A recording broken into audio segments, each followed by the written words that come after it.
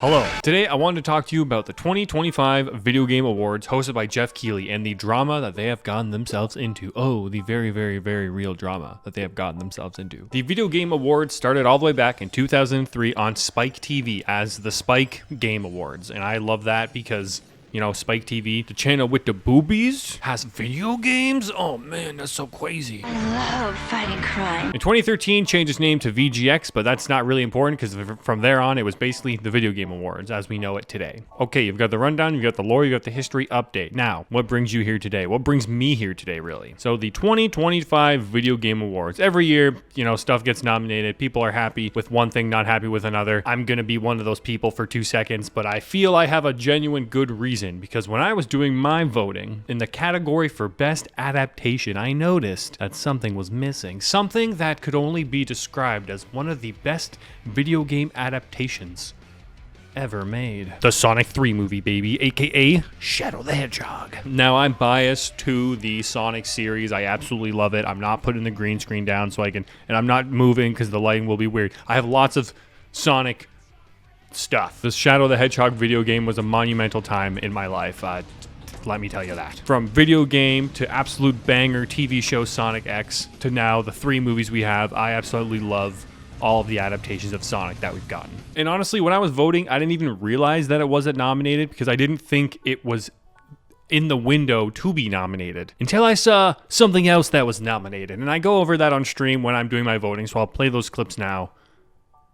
I will play them right now. This is where we got a problem. Though. We got Minecraft movie, Devil May Cry, Splinter Cell, The Last of Us, and Until Dawn. First of all, Until Dawn, that fucking movie is not it's not a, like it is an adaptation, but in pretty much no way. So that should not be on here. Even with that in mind, I know people were arguing over like Devil May Cry and like Sonic, but I'm more concerned at how Sonic 3 did not get nominated at all. That is criminal. It's like the best adaptation of a video game like ever. I like Devil May Cry though, so I can't really argue against it. But like Until Dawn, that movie, especially as an adaptation, like as a movie, it's not even terrible. It's not a terrible movie. It's just changed the name, and then the movie just becomes instantly better because there's no hopes of it being anything like the video game Until Dawn, because it's nothing like the game at all. An interesting concept as a horror movie alone, but not as an Until Dawn adaptation. And then Sonic 3, perfect, beautiful adaptation, came out after the Game Awards last year. Like, there's no reason why I shouldn't be eligible. I can't believe he didn't get nominated at all. That's fucking criminal. Yeah, like December 20th. When were the Game Awards last year?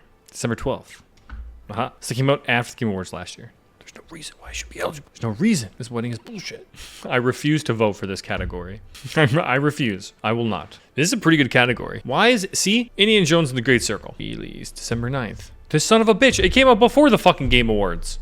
What the? So originally I was, you know, it's okay it didn't get nominated. It's fine, you know, it's outside of the time window. But then I saw Troy Baker and Indiana Jones, and oh my God, that came out December 9th. Okay, I haven't heard anything about it since. I know it got DLC, and is the Great Circle the DLC? I'm going to be honest, I have no idea if that's the DLC or the base game, so maybe I shouldn't even be talking. But I'm getting on this weird Troy Baker hate train because it's just, that's the only reason why it's there, because it's Troy Baker, and he's ever so talented in his godlike voice. Like, just shut up, Troy, okay? We get it. You're in everything. You're talented, I know. Rats.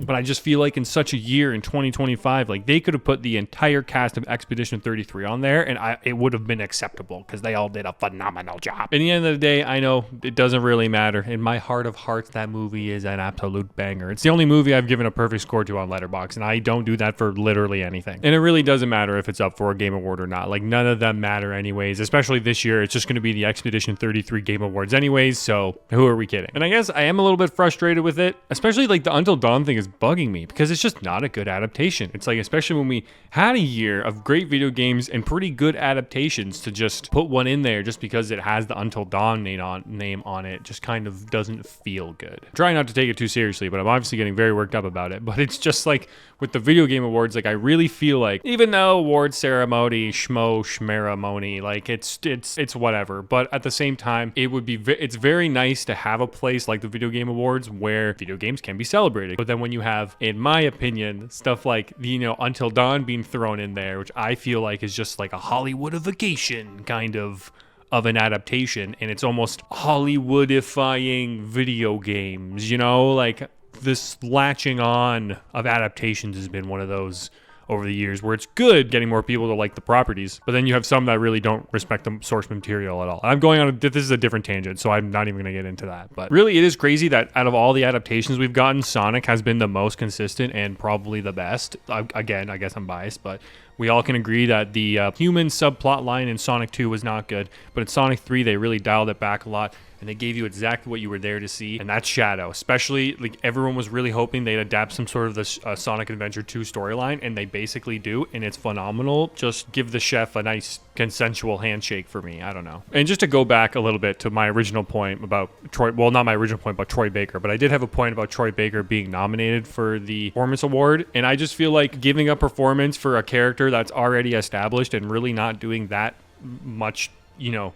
really not changing it in any unique way. I don't know. What are we celebrating here? Like, I feel like I made my point. Like, good voice acting, look no further. Pokemon ZA has you absolutely covered. Nice. Something's gone wrong at Prism Town. Dispatch a team from the company to investigate. No voice acting. 0 to 10. And that's the end of my set. You know, I'll be here all week. Thank you very much. Thank you very much. So yeah, in closing, I guess I can't really say I don't care because I clearly do. I just talked about it for like 15 minutes, but it was just something that I thought would be fun. Really wanted to talk about it. Any excuse to talk about Sonic 3, honestly. I'm going to do it. I'll chat about that all day. This setup is inspired by Nakey Jakey. I just really wanted to try something different. I actually recorded this whole video once before, but I had a chair behind me and it just looked terrible. So one green screen it is. We don't need multiple. It's just too confusing. It's too much coloring stuff. So hopefully I can give more talking videos like this because it's a lot of fun. Feels a little more in my element a bit. So until next time, good afternoon, good evening, and good night, and we'll see y'all later. Have a good rest of your day. Bye-bye.